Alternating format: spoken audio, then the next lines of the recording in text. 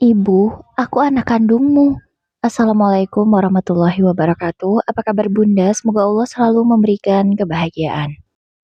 Hujan turun deras sore itu, membasahi halaman luas rumah keluarga Karina. Sebuah rumah besar dengan pilar-pilar putih, taman terawat, dan suasana yang biasanya hangat. Tapi hari itu berbeda. Ada sesuatu yang dibawa hujan. Sesuatu yang tidak diketahui oleh siapapun. Sebuah awal yang perlahan akan meretakkan sebuah keluarga. Di ambang pintu, Pak Yuda berdiri dengan wajah serius. Di sampingnya, seorang anak perempuan kecil berusia sekitar 7 tahun menggenggam ujung jasnya. Rambutnya kusut basah, mata bulatnya tampak ketakutan, atau mungkin sedang memainkan sesuatu. Nah, buka pintunya, cepat! Suara Pak Yuda agak tergesa. Karina segera keluar dari ruang tamu, menghampiri suaminya. Ada apa, Mas? Siapa anak ini? Tanyanya. Pak Yuda berlutut, mengelus kepala anak itu. Namanya Yura. Aku menemukannya di pasar. Dia duduk sendirian, menangis. Orang tuanya meninggal karena kecelakaan. Tidak ada sanak keluarga yang mau menampung, jawab Pak Yuda. Karina terdiam melihat anak itu. Tubuh kecilnya gemetar, wajahnya tampak lusuh.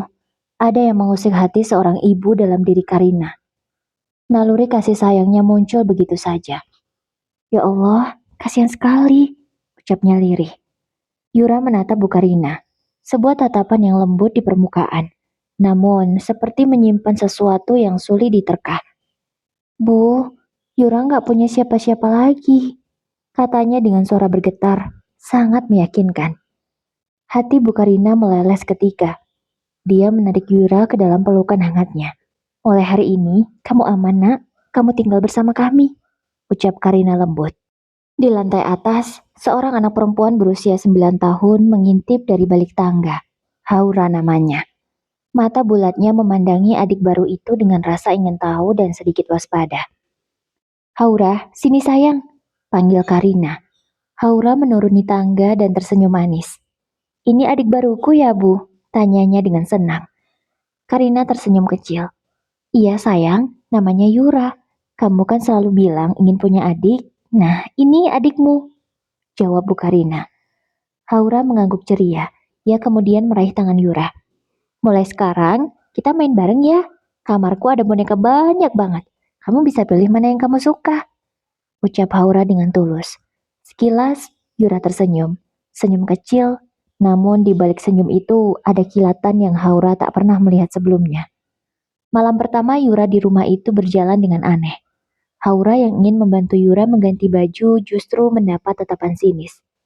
Aku nggak mau pakai bajumu. Aku bukan pengemis, ujar Yura pelan tapi tajam.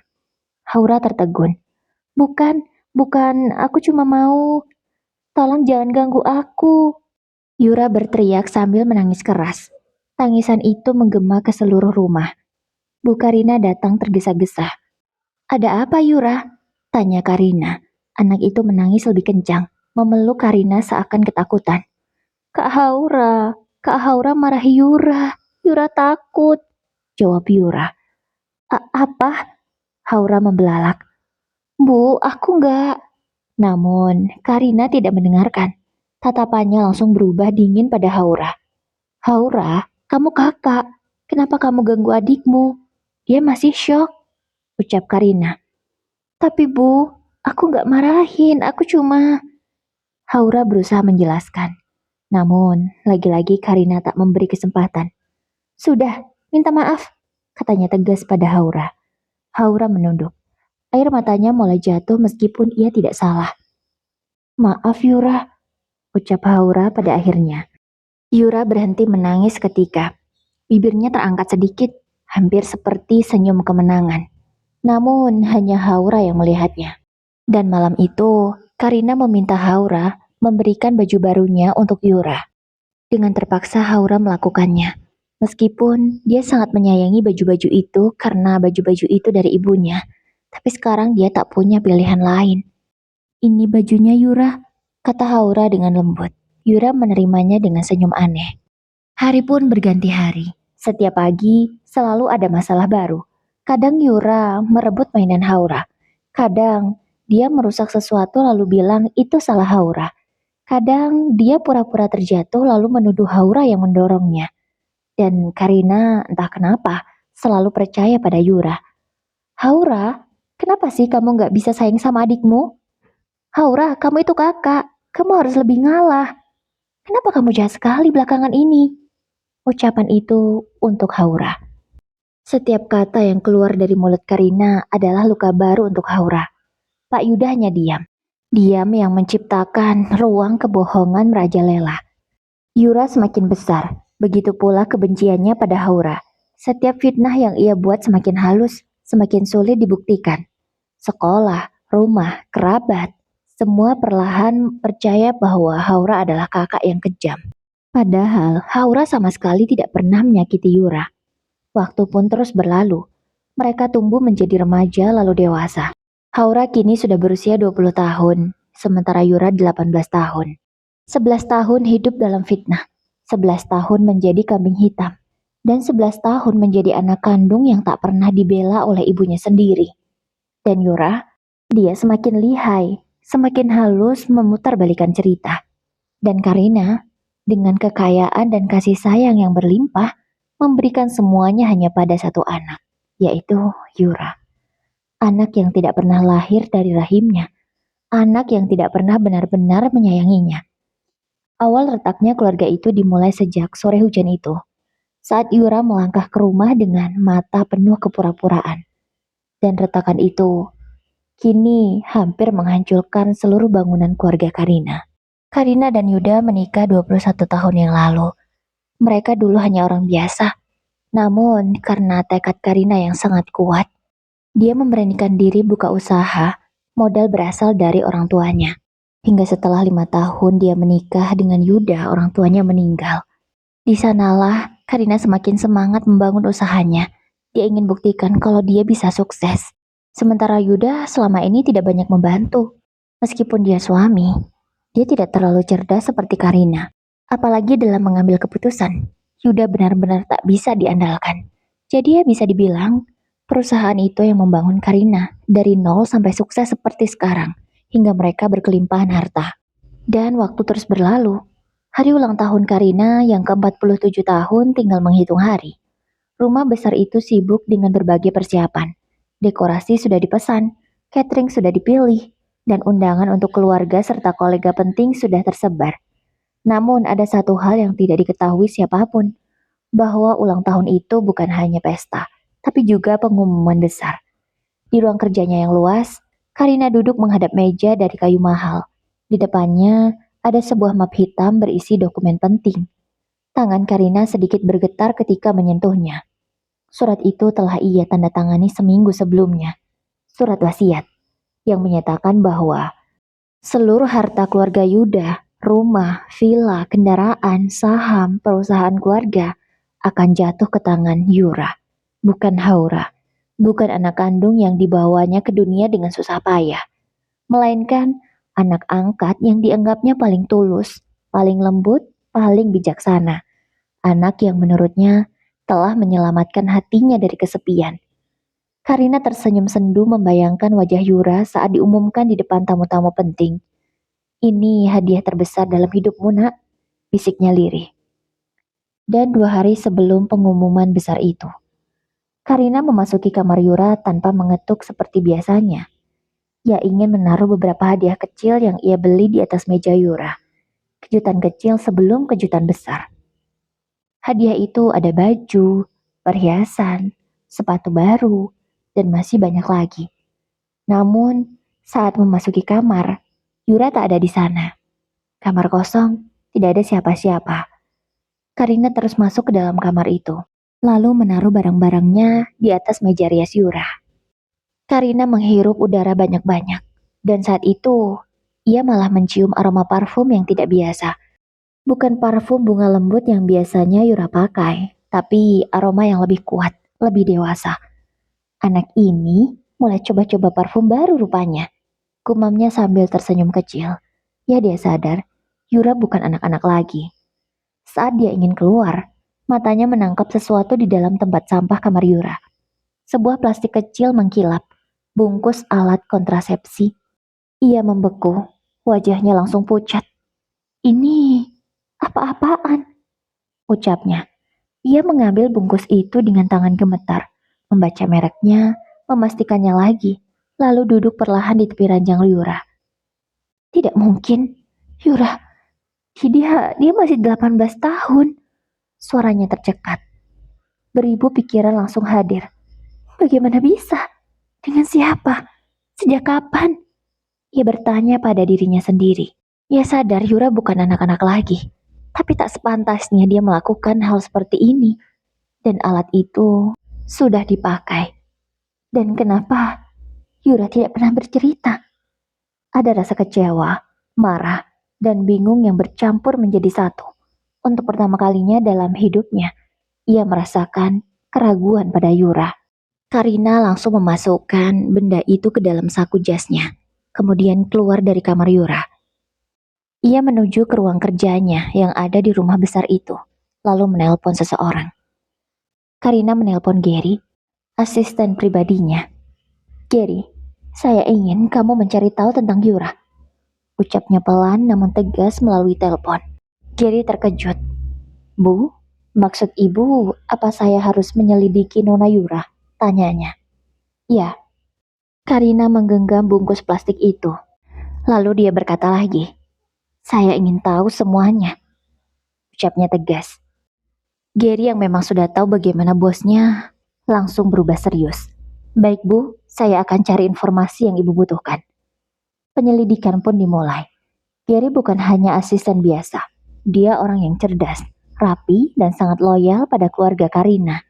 Dengan kecanggihan ponselnya yang bisa merekam dari jarak jauh dan memantau suara secara detail, ia mulai melakukan tugasnya. Selama 2 hari itu, Gary mengikuti Yura tanpa terlihat. Ada banyak kejadian yang tidak pernah disangka Karina. Pertama, Gary merekam Yura saat bicara di telepon dengan nada kasar. Aku bilang, jangan hubungi aku dulu. Kalau ibu tahu aku main ke apartemenmu, habislah semua rencana. Kamu tuh bodoh atau pura-pura? Suara Yura terdengar tajam, jauh berbeda dari suara lembutnya di depan Karina. Kedua, Gary memergoki Yura bertemu dengan seorang pria yang usianya jauh lebih tua darinya. Mereka tertawa mesra di sebuah kafe. Lalu, Yura menerima sesuatu ke tangannya. Sesuatu itu seperti amplop. Dan yang ketiga, rekaman paling mengejutkan. Yura berbicara tentang Haura. Sudah kubilang, Haura itu bodoh. Ibu percaya semua omonganku. Selama ini, aku cuma perlu menangis sedikit. Dan dia akan memihakku. Tidak sulit. Kemudian Yura tertawa kecil. Sebentar lagi, harta keluarga ini akan jadi milikku. Jadi aku bisa menyingkirkan Haura dengan mudah. Dia nggak pantas jadi pewaris. Cuman aku yang pantas. Kemudian dia tertawa lagi. Gary menahan napas saat merekam itu. Bukti yang ia dapatkan bukan hanya kebohongan, tapi juga niat jahat. Semua rekaman, foto, dan bukti ia simpan rapi di ponsel canggihnya. Ini bukan lagi dugaan, ini kenyataan. Dan kenyataan itu menghancurkan sosok Yura yang selama ini dijunjung tinggi oleh Karina. 2 hari sebelum pengumuman warisan terbesar, Karina tidak tahu bahwa seluruh kebenaran tentang Yura, kebenaran yang ia butakan selama bertahun-tahun, sedang menuju ke tangannya. Dan ketika ia mengetahui semuanya, hidup keluarga itu akan berubah selamanya. Pagi itu rumah keluarga Karina terasa berbeda. Seperti ada badai besar yang berputar di dalam dinding rumah megah itu, menunggu waktunya untuk menghancurkan apapun yang selama ini dirahasiakan. Gary berdiri di depan pintu ruang kerja Karina, membawa ponsel dan sebuah map berisi print out bukti. Napasnya pelan, namun tegang. Dia tahu apa yang ia bawa hari ini akan mengubah segalanya. Masuk, Ger. Suara Bu Karina terdengar lirih namun tegas dari dalam. Gary melangkah masuk. Karina duduk di meja kerjanya. Wajahnya tampak letih. Matanya sudah bengkak karena semalaman tak bisa tidur memikirkan bungkus kecil yang ia temukan di tempat sampah Yura. Gary, Bu Karina menatapnya. Katakan semuanya. Tanpa menjawab panjang, Gary menyalakan ponselnya, membuka folder khusus yang sudah ia beri nama Yura True Records. Satu persatu rekaman diputar. Rekaman pertama, suara Yura mengumpat dan memaki seseorang di telepon, menunjukkan wajah asli yang selama ini tidak pernah dilihat Karina. Rekaman kedua, Yura bertemu seorang pria dewasa di kafe, tertawa genit, lalu menerima amplop seperti transaksi rahasia. Rekaman ketiga, rekaman yang menghancurkan hati Karina paling dalam. Yura berkata sambil tertawa, "Haura itu bodoh. Ibu percaya semua omonganku. Cuma pakai air mata sedikit, aku menang. Sebentar lagi semua harta ini jadi milikku." Kata-kata itu menusuk, seakan seseorang baru saja menampar Karina keras-keras. Dunia seolah runtuh. Tangannya menutupi mulutnya. Tubuhnya berguncang. Ya Allah, apa ini? Apa ini benar, Ger? Ini Yura? Tanya Karina seakan tak percaya. Gary menunduk. Semua rekaman ini valid, Bu. Saya ambil sendiri. Tidak ada satupun yang direkayasa. Jawab Gary tegas. Air mata Karina jatuh begitu saja. Air mata penyesalan. Air mata hancur. Air mata yang selama belasan tahun ini tersumbat oleh kepercayaan yang buta. Haura, jadi selama ini kamu tak pernah bersalah. Suaranya pecah. Gary melirik Karina yang hampir tak bisa bernapas menahan emosi. Maaf Bu, saya tahu ini berat, tapi ibu berhak tahu semuanya, ucap Gary. Karina menatap map hitam di meja. Map yang berisi seluruh harta, seluruh warisan, seluruh hidupnya yang ia percayakan pada anak yang ternyata mempermainkannya. Dengan tangan bergetar, ia membuka map itu, menatap surat wasiat yang sudah ia tanda tangani dengan bangga beberapa hari lalu. Kemudian, dengan napas panjang, surat itu ia robek sampai halamannya terpisah-pisah dan jatuh ke lantai bak debu yang berhamburan. Saya telah memilih anak yang salah selama ini, bisiknya pedih. Mulai sekarang, tidak akan lagi. Aku akan buka mataku. Aku akan perbaiki kesalahanku terhadap Haura, katanya. Ia mengambil ponsel, menghubungi notaris keluarga, dan memerintahkan perubahan surat wasiat sepenuhnya. Keluarkan nama Yura, masukkan Haura sebagai pewaris tunggal. Ucapnya tajam, penuh luka tapi pasti. Notaris di ujung telepon terdiam beberapa detik sebelum menjawab. Baik, Bu, akan saya proses hari ini juga. Namun, masalah yang lebih besar masih menunggu. Yuda, suaminya yang membawa Yura ke rumah 11 tahun lalu. Suaminya yang selama ini terlalu sering membela Yura, bahkan di atas anak kandung mereka sendiri. Yuda adalah batu terakhir yang harus ia pecahkan. Dan Karina sudah tahu bagaimana caranya. Gary, ia berkata sambil menghapus air matanya. Besok malam, saat pesta ulang tahunku, ucapnya menggantung. Ibu ingin saya lakukan apa? Tanya Gary. Saya ingin semua rekaman itu diputar. Di depan semua tamu, di hadapan suami saya. Jawab Karina. Gary terkejut. Ibu yakin itu akan membuat banyak orang? Tanya Gary ragu. Itu tujuan saya. Tatapannya berubah tajam. Penuh dendam seorang ibu yang tersadar dari mimpi buruk panjang. Saya ingin dia melihat apa yang selama ini dia bela. Saya ingin semua orang melihat wajah asli Yura. Katanya semakin tegas. Gary mengangguk pelan. Baik, Bu. Karina berdiri. Ia menarik napas panjang. Napas seorang wanita yang baru saja bangun dari tidur panjang dan menatap luka yang ia ciptakan sendiri. Sudah cukup Haura disalahkan selama bertahun-tahun. Sudah cukup aku dibutakan oleh anak itu. Gumamnya. Lalu ia menatap ke arah jendela besar tempat cahaya sore masuk. Ulang tahun saya tahun ini akan jadi hari kebenaran terbuka. Ucapnya lagi sambil menyentuh kaca yang terasa hangat. Hari besar itu akhirnya tiba. Ulang tahun Karina yang ke-47. Rumah besar keluarga Yuda berubah menjadi istana pesta. Lampu-lampu kristal menggantung indah. Taman dipenuhi bunga segar. Dan musik pelan mengalun di setiap sudut ruangan. Para tamu berdatangan dengan pakaian terbaik mereka. Suasana meriah, penuh tawa dan percakapan elegan. Yuda berdiri gagah di tengah ruang tamu. Jas hitam mahal yang ia kenakan terlihat pas di tubuhnya. Rambutnya disisir rapi. Ia tersenyum ramah menyambut tamu. Di sisi lain ruangan, Yura tampil sangat memukau dengan gaun mewah berwarna merah marun. Rambutnya disanggul anggun, dan perhiasan berkilau menghiasi lehernya. Banyak tamu memuji kecantikannya. Cantiknya Yura seperti putri, kata salah satu kerabat. Yura tersenyum bangga. Terima kasih tante, jawabnya. Sementara itu, Haura berdiri tidak jauh dari sana. Diam dan hampir tak terlihat. Dia hanya memakai blus putih sederhana dan rok hitam biasa. Tidak ada makeup berlebihan, tidak ada perhiasan mewah. Ia memegang sebuah kotak kecil yang dibungkus kertas sederhana. Isinya selembar syal. Hasil rajutannya sendiri selama 2 minggu. Diam-diam, setiap malam. Haura tahu, dia tidak penting bagi ibunya lagi. Tapi tetap, ia ingin memberi sesuatu yang tulus. Ketika Haura mencoba mendekati meja kado, Yura melirik kotak kecil di tangan kakaknya itu dan langsung tersenyum meremehkan. Haura, Haura. Yura mendekat dengan langkah penuh percaya diri. Itu kado buat ibu, tanyanya. Haura mengangguk pelan. Iya, aku membuatnya sendiri, jawab Haura. Yura tertawa kecil, pelan tapi menusuk.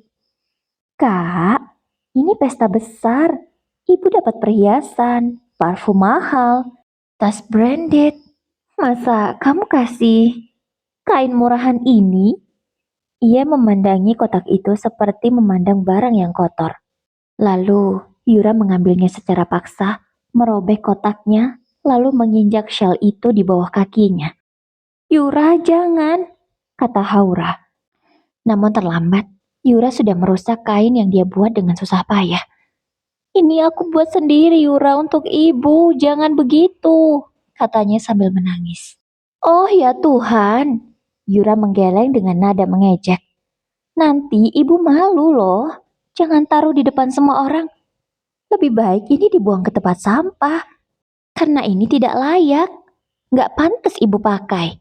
Beberapa tamu yang mendengar hanya tersenyum canggung, tapi tidak ada yang membela Haura atau membantunya. Sudah kebiasaan, Yura selalu benar dan Haura selalu salah. Haura berusaha mengambil shawl itu dengan susah payah, dan akhirnya shawl itu robek. Ia semakin menangis, namun tak bisa berbuat apa-apa. Dan saat itulah pintu utama rumah terbuka. Karina muncul. Ia mengenakan kebaya biru gelap yang membuatnya terlihat semakin anggun dan berwibawa.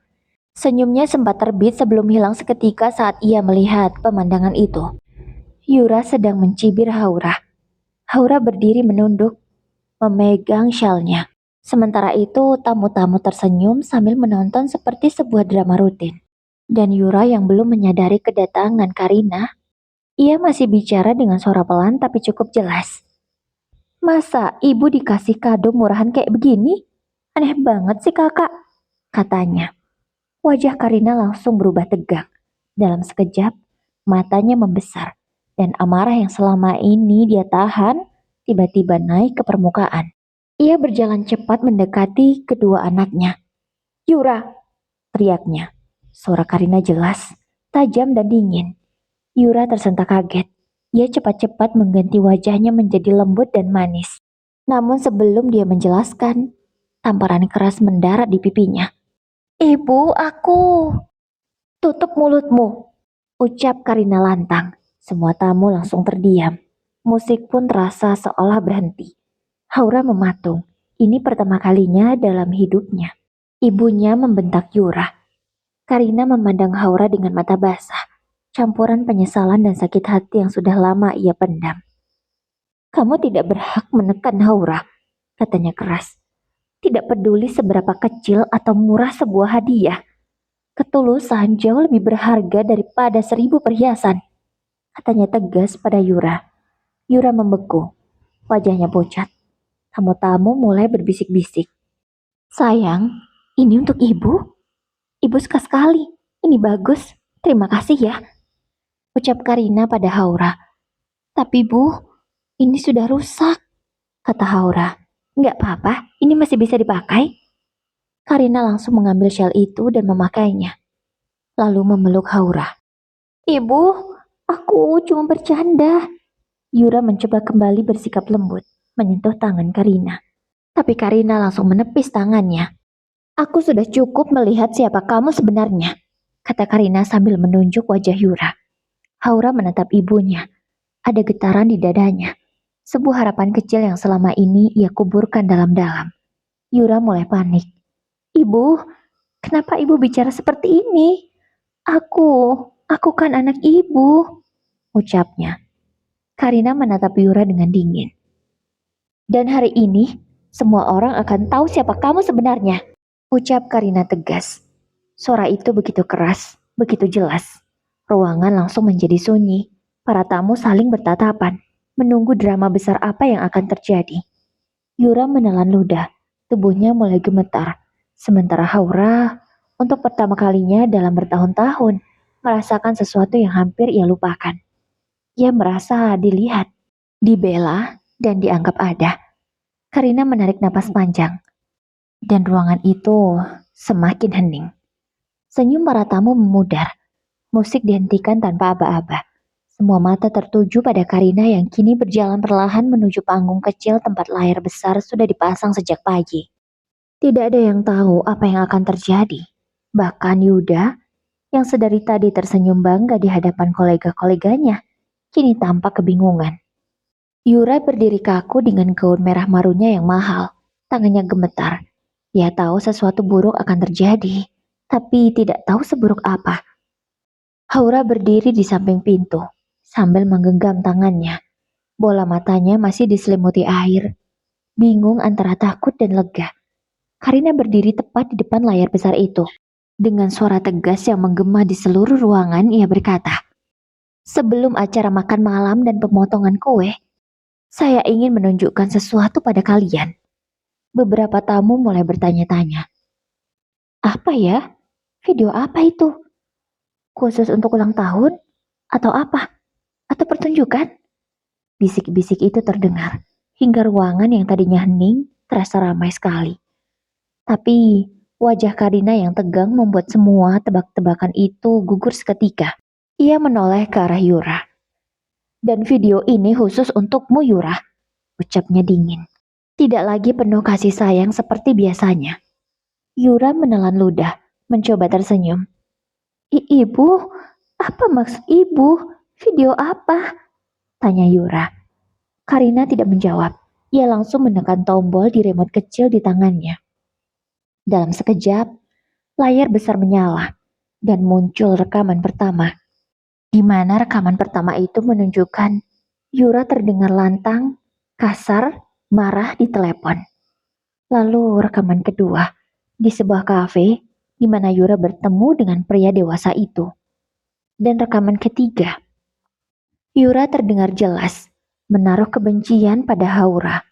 Ruangan langsung meledak dengan bisik-bisik terkejut. Yuda berdiri ternganga.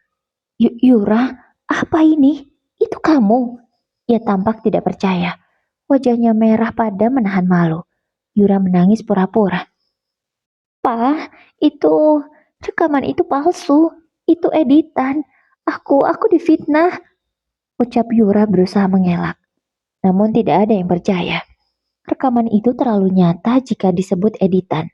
Semua rekaman terlihat terlalu jelas, terlalu asli, terlalu nyata. Dan masih ada satu rekaman lagi, di mana Yura yang mempermalukan Haura.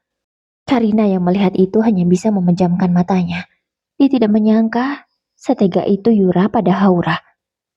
Haura yang menyaksikan itu menutup mulutnya sambil menangis. Air matanya jatuh bukan karena sakit, tetapi karena penantian panjangnya akhirnya berakhir.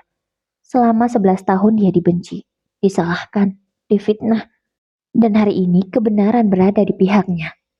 Karina menoleh ke arah Haura.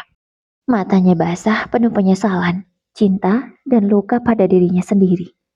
"Haura," suaranya bergetar.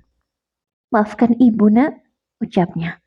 Haura langsung menangis semakin keras, menunduk, tidak mampu berkata apapun.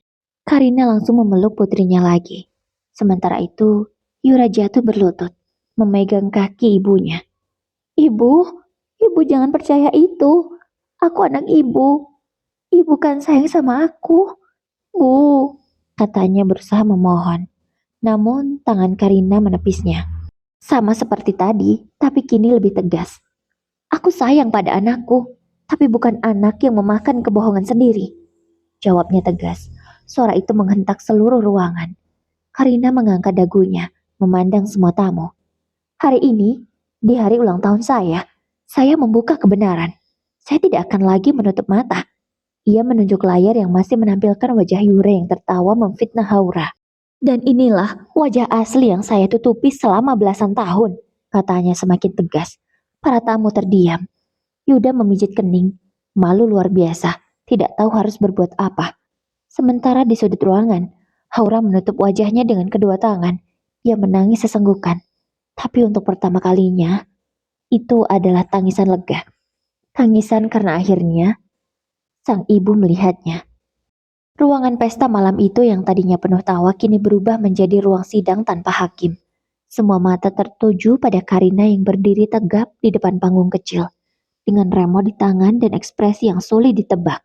Setelah video kelakuan buruk Yura berhenti diputar, keheningan tebal menyelimuti seluruh ruangan. Dan satu lagi Yura, Karina memanggil Gary. Gary sudah siap dengan sebuah map di tangannya. Awalnya Yura berpikir kalau map itu adalah surat wasiat yang akan mengatakan bahwa dia adalah pewaris tunggal dari harta keluarga orang tuanya. Ibu yakin, kamu tidak akan lupa benda ini, ucap Karina, lalu memberikan map itu pada Yura. Ibu, aku tahu, ibu hanya marah sebentar sama aku. Ibu pasti tetap akan memberikan harta itu untukku kan? Ucapnya tanpa malu. Dan dengan bangga Yura membuka map itu. Dan seketika matanya terbelalak karena di dalamnya berisi alat kontrasepsi yang dia buang di tempat sampah di kamarnya. Lalu beberapa foto di mana ia sedang minum minuman keras. Sang ayah yang memang ada di sebelahnya langsung melihat. Yura, apa ini? Yuda mengangkat bungkusan plastik itu. Hingga semua orang bisa melihat apa di dalam plastik bening itu. Tidak, Pak, itu bukan punyaku, kata Haura berusaha mengelak. Namun, orang-orang di sana tidak ada lagi yang percaya padanya. Yura semakin syok, wajahnya semakin pucat, bibirnya bergetar. Ibu, itu semua gak benar. Ini bukan aku. Ini pasti semua salah paham, Ibu. Haura yang... Katanya masih menyalahkan Haura. Cukup, Yura. Suara Karina tajam, tegas dan penuh luka. Ibu sudah cukup lama menutup mata karena terlalu percaya sama kamu. Tapi malam ini, ibu mendengar dan melihat sendiri, ucap Karina. Haura berdiri di belakang ibunya. Wajahnya basah air mata. Bukan sedih, tapi lega. Ia merasa senang karena sang ibu membelanya tanpa ia harus bicara satu kata pun. Selama ini dia diam bukan karena dia tak bisa bicara. Ia melakukan itu karena dia tidak ingin Yura disalahkan atau diusir. Iya, sesayang itu dia pada Yura. Tapi Yura tidak tahu terima kasih. Kejadian itu membuat para tamu semakin berbisik. Keluarga besar terdiam menunggu. Karina menarik napas panjang lalu berkata lantang. Malam ini sekaligus di hari ulang tahunku. Aku ingin mengumumkan penerima warisan keluarga. Ucapnya tegas. Semua orang menahan napas. Yura langsung menegakkan tubuhnya. Meski tangan dan kakinya masih gemetar, ia tersenyum tipis. Ya, kali ini dia masih berharap. Dan seolah video dan bukti-bukti yang sudah ada itu tidak pernah diputar. Sementara Yuda hanya mengusap wajahnya, tanpa gelisah, tapi masih berusaha tenang. Lalu Karina melanjutkan lagi kalimatnya. Mulai malam ini, seluruh warisan keluarga, rumah, perusahaan, tanah, deposito, semuanya, saya serahkan kepada Haura. Ruangan langsung riuh. Apa? Yura menjerit, suaranya pecah. Ibu, itu gak adil, dia cuma... Kata-katanya tak keluar. Kehancuran di wajahnya terlalu jelas. Dia cuma apa Yura? Tanya Karina sambil melipat tangannya di dada. Kamu mau bilang kalau dia orang lain? Apa kamu lupa? Siapa di sini yang orang lain? Tanya Karina tegas. Yura tak mampu menjawab. Matanya melihat ke arah ayahnya. Namun, Yuda tak bisa berbuat apa-apa. Ibu, aku kan anak ibu. Kenapa aku tidak dapat bagian? Tanya Yura. Ya, dia masih tidak punya malu. Yura, kau hanya anak pungut yang dipungut oleh suamiku di pasar. Saat itu kau kedinginan dan kelaparan. Bajumu saja kumuh. Kau tak lupa kan asalmu dari mana? Sementara Haura, dia tak sebanding denganmu. Dia anakku, anak kandungku. Aku yang melahirkannya dari rahimku, ucap Karina tegas. Padahal selama ini, dia paling menghindari kata-kata itu. Dia tahu kata-kata itu akan sangat menyakiti Yura. Namun sekarang, dia harus membalas rasa sakit hati anaknya. Pasti Haura ingin mengatakan ini, tapi dia tidak tega. Hati Haura terlalu baik untuk berbuat jahat. Tapi Bu, Haura nggak pantas. Dia bodoh, tidak bisa apa-apa, ucap Yura. Jadi menurutmu kamu pintar? Karina langsung bertanya balik pada Yura. Yura tak mampu menjawab. Dia hanya diam dan menunduk. Yuda yang tadi hanya diam, kini mulai membuka suara. Karina, kamu tidak bisa seperti ini. Mau bagaimanapun, Yura anak kita. Kamu harus memberi bagian untuknya juga. Ya, sebagai suami dia sadar. Dia tak banyak membantu soal perusahaan. Sehingga memang Karina lah yang berkuasa. Anak kita. Aku tidak pernah melahirkan anak seperti Yura. Dan aku tidak sudi membagi hartaku dengannya. Jawab Karina tegas sambil menunjuk Yura. Tapi Karina, Yura itu anakku. Tiba-tiba Yuda berteriak dan mengatakan sesuatu yang membuat semua orang bingung. Apa maksudmu Yura anakmu? Iya, aku tahu kau sangat menyayanginya. Tapi Yura bukan anak kandung kita. Jawab Karina tegas. Dia memang bukan anakmu, tapi dia anakku. Jawab Yuda. Dan Yura yang mendengar itu dia menggeleng. Sambil berbisik pelan. Belum saatnya, Pak. Ucapnya. Apa maksudmu Yuda? Jelaskan, kata Karina tegas. Yura itu anakku. Anakku dengan Aira. Jawabnya tegas. Karina yang mendengar itu, dia sangat terkejut. Jadi kamu masih menjalin hubungan dengan perempuan itu? Dan sampai punya anak haram ini? Karina tidak bisa sabar lagi. Dia tidak menyangka suaminya masih menjalin hubungan dengan perempuan itu, bahkan sampai punya anak. Dan anak itu gilanya. Diakui sebagai anak gelandangan, tidak punya orang tua, dan dibawa ke rumah ini untuk diadopsi. Dan selama belasan tahun, Karina menyayanginya melebihi anak kandungnya sendiri. Bahkan dia lebih percaya pada Yura daripada Haura. Pantas, kau sangat menyayanginya. Ternyata, anak ini hasil dari rahim perempuan murahan itu. Hebat kamu Yuda. Kamu sudah bersekongkol dengannya. Kamu membohongiku selama belasan tahun. Sekarang, aku sudah tahu semuanya. Dan aku semakin yakin untuk tidak memberikan apapun untuknya. Ucap Karina semakin tegas. Tidak bisa Karina. Harta ini juga ada hakku. Aku punya hak untuk memberikannya pada Yura. Kamu berikan sebagian untuk Yura. Haura dan Yura mempunyai kedudukan yang sama. Jadi mereka harus mempunyai hak yang sama juga. Ucap Yuda. Apa kau bilang? Yura dan Haura punya kedudukan yang sama. Coba kau pikir. Haura lahir dari pernikahan resmi kita. Sementara dia, kau saja menyembunyikan ibunya. Dia anak haram. Negara saja tidak mengakui kalau dia anakmu. Lalu, kau meminta agar aku menyayanginya dan membagi hartaku sama rata. Tidak akan Yuda. Aku tidak akan sudi. Karina, kau tidak akan bisa apa-apa tanpa aku. Ucap Yuda. Oh ya? Sekarang akan kubuktikan. Jika memang aku tak bisa apa-apa tanpa kamu, kita lihat. Setelah kita bercerai nanti, apakah kau bisa membangun perusahaan hingga sebesar ini? Kita lihat ya. Aku akan beri kau modal. Dan jika memang kau bisa mengembangkan usaha itu, aku akan bersujud di kakimu. Ucap Karina sangat berani. Yuda yang mendengar kata-kata cerai, nyalinya langsung menciut. Dia sadar, selama ini Karina lah yang berjuang. Dia yang membangun perusahaan itu sendiri. Sementara dirinya, dia tak berbuat apa-apa. Membantu Karina pun dia tidak mengerti. Urusan perusahaan dia juga tidak begitu paham. Bahkan, kolega Karina lebih banyak daripada koleganya. Karena selama ini memang dia hanya menikmati uang Karina dari hasil kerja kerasnya. Dan dengan uang itu juga, ia memanfaatkan untuk berselingkuh dengan Aira, ibu dari Yura. Nama Yura pun nama gabungan dari mereka berdua, yaitu Yuda dan Aira. Jadilah Yura. Jadi dulu, Yuda menjalin hubungan dengan Aira, karena memang Aira adalah cinta masa lalunya. Dan bodohnya wanita itu, dia mau ditiduri Yuda hingga hamil Yura. Dan akhirnya, Aira melahirkan Yura. Dirawatnya sampai 7 tahun. Namun, Aira malah terkena penyakit. Dia meninggal dunia. Dan saat itulah, Yuda memiliki rencana licik. Dia membawa Yura ke rumahnya dan mengatakan bahwa Yura adalah anak terlantar yang tak punya orang tua.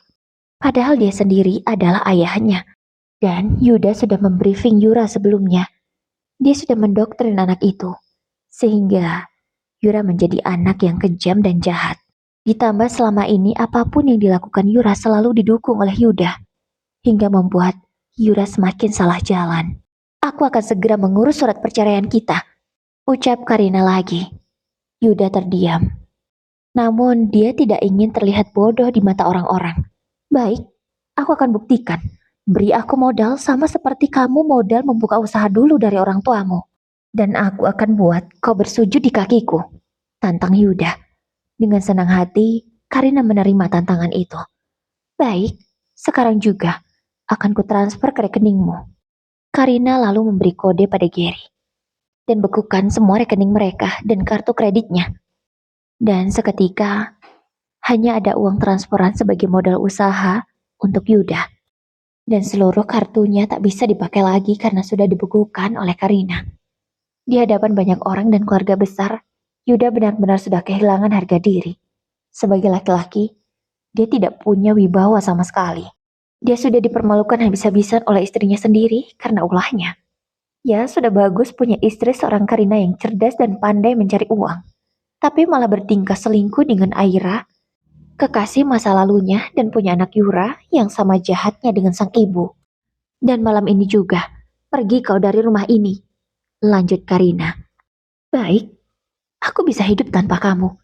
Dan aku pastikan, kau yang tak bisa hidup tanpa aku. Ucap Yuda. Dia lalu menarik tangan Yura. "Pa, aku tidak mau pergi dari sini," ucapnya.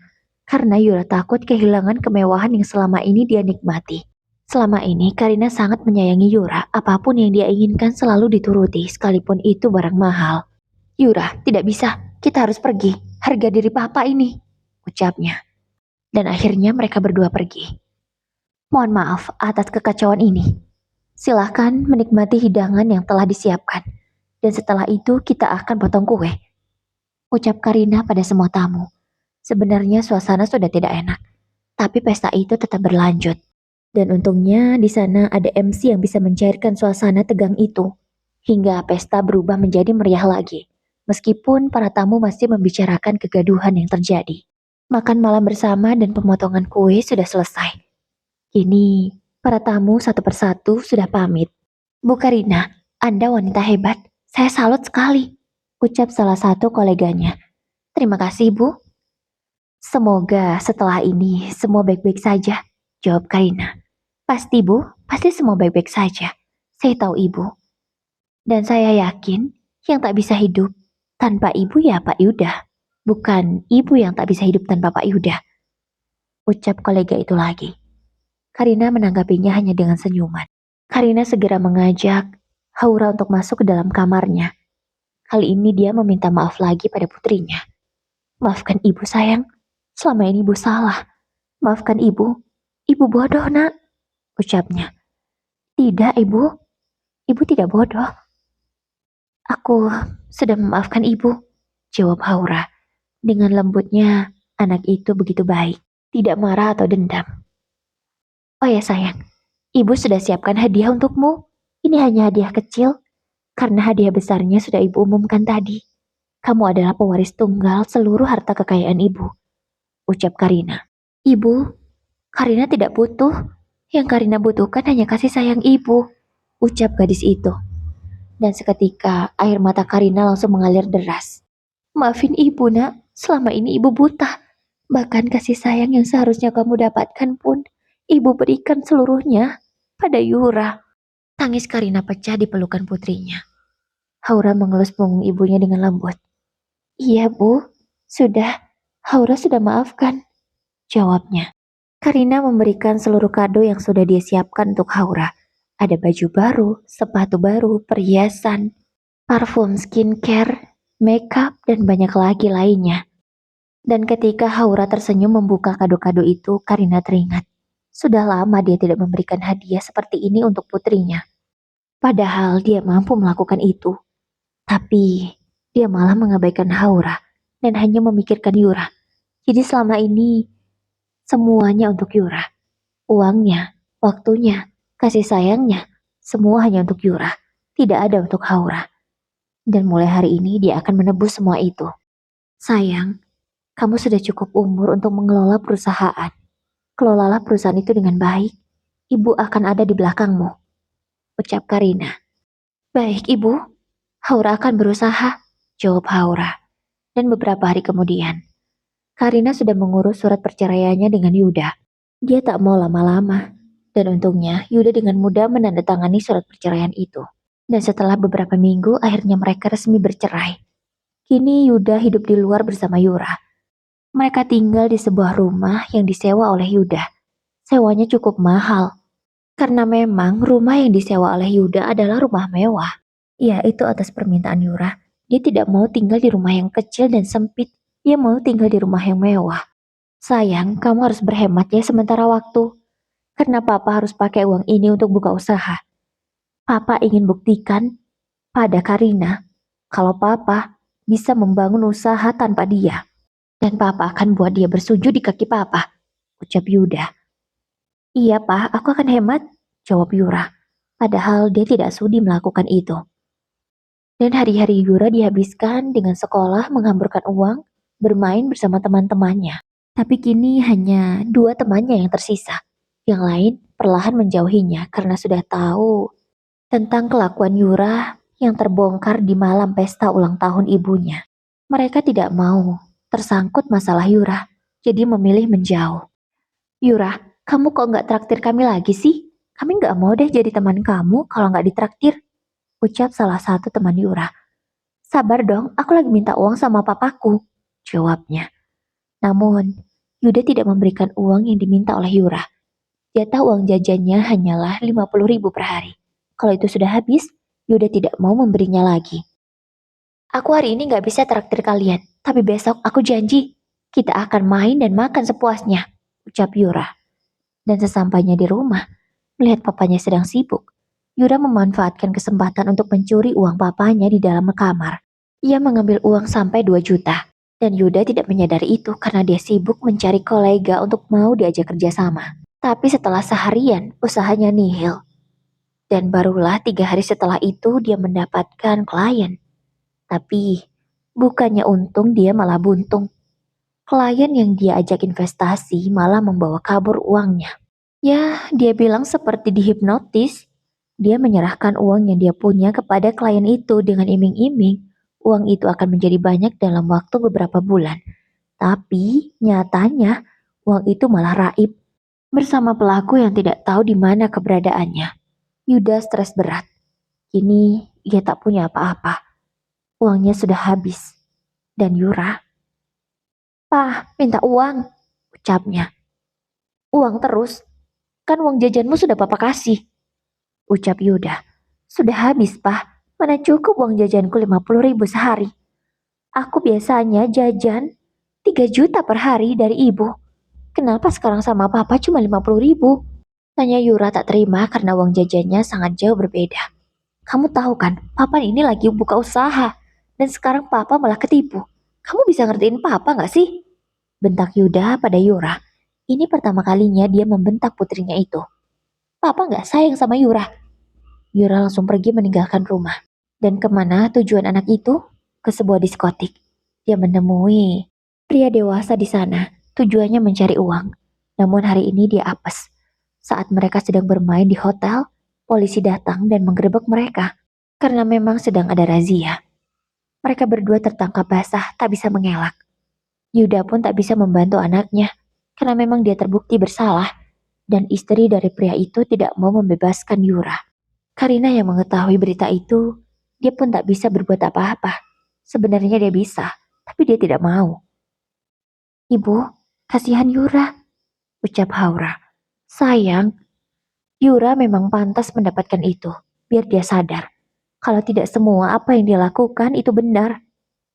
Kata Karina berusaha memberi pengertian pada putrinya. Haura hanya menunduk. Dia paham maksud sang ibu. Memang sudah seharusnya Yura mendapat pelajaran supaya sadar. Dan setelah 3 bulan bercerai dari Karina, Yuda benar-benar tak bisa berbuat apa-apa. Ya dalam hitungan bulan, uang yang diberikan Karina sudah habis. Dia tak dapat harta gono gini selain uang modal itu. Karena memang dia tak punya andil apa-apa selama ini. Jadi pengadilan memutuskan bahwa harta sepenuhnya jatuh kepada Karina. Dan hari itu tanpa sengaja mereka bertemu di sebuah restoran. Bukan, Yuda bukan sedang makan di sana, melainkan menjadi pelayan. Ibu, itu papa, ucap Haura sambil menunjuk ke arah seorang pelayan. Bukan, mana ada papamu di sini, nak? Mana mungkin dia pakai pakaian pelayan, ucap Karina, karena dia tidak yakin. Namun setelah pria itu menoleh dan terlihat jelas wajahnya, Karina tak bisa menolak kebenaran itu. Itu memang mantan suaminya, ayah dari putrinya. Karina tidak memanggil, sengaja membiarkan Yuda sampai sini mengantarkan makanan mereka. Barulah Karina akan mengajaknya bicara. Dia juga melarang Haura untuk memanggil ayahnya.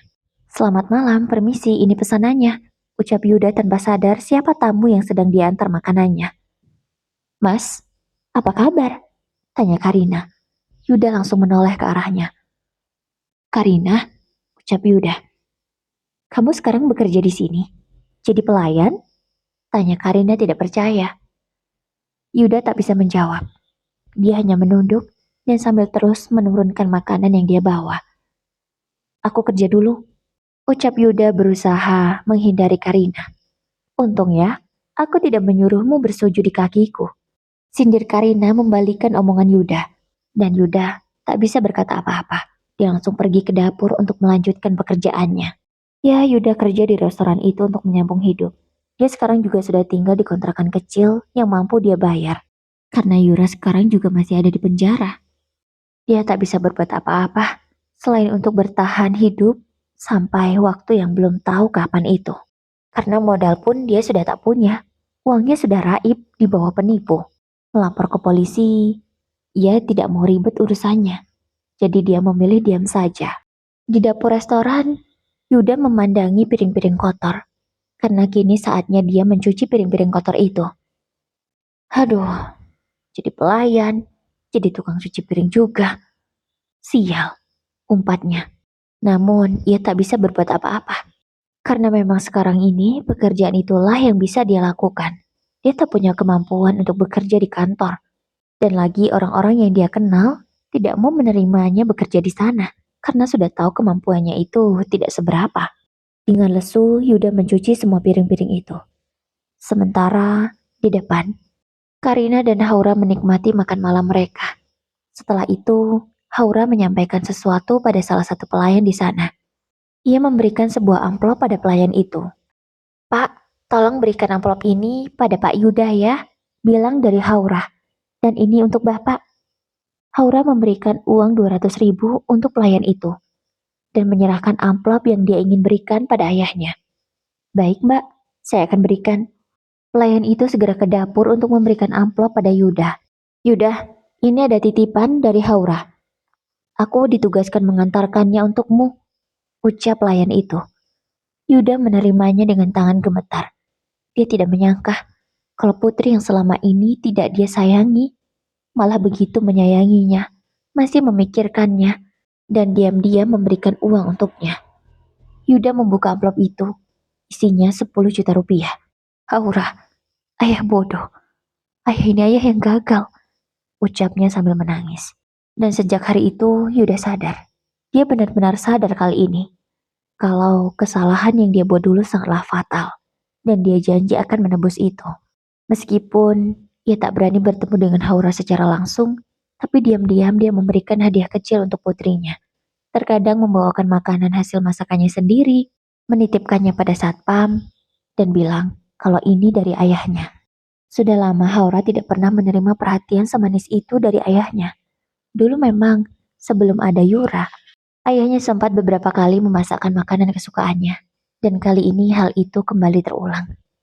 Haura senang bukan main, dia memakan bekal itu sampai habis, lalu menceritakan pada ibunya. Sepulangnya dari kampus, Haura langsung menemui sang ibu. Ibu, ibu tahu nggak apa yang terjadi hari ini? Ucap Haura. Nggak tahu sayang, ada apa? Tanya Karina. Ibu, aku tadi dikasih bekal sama ayah. Lihat, Haura menunjukkan kotak bekalnya yang sudah kosong. Sudah habis, kamu tidak sisakan untuk ibu. Kamu tidak izinkan ibu mencicipi masakan ayahmu ya? Tanya Karina yang sengaja menggoda putrinya. Aduh ibu, masakan papa terlalu enak untuk dibagi. Haura nggak rela. Jawabnya dengan manja. Dan Karina segera menarik hidung putrinya itu dengan lembut. Kamu ini ya, semoga papamu bisa terus seperti ini ya nak. Dan cerita pun selesai.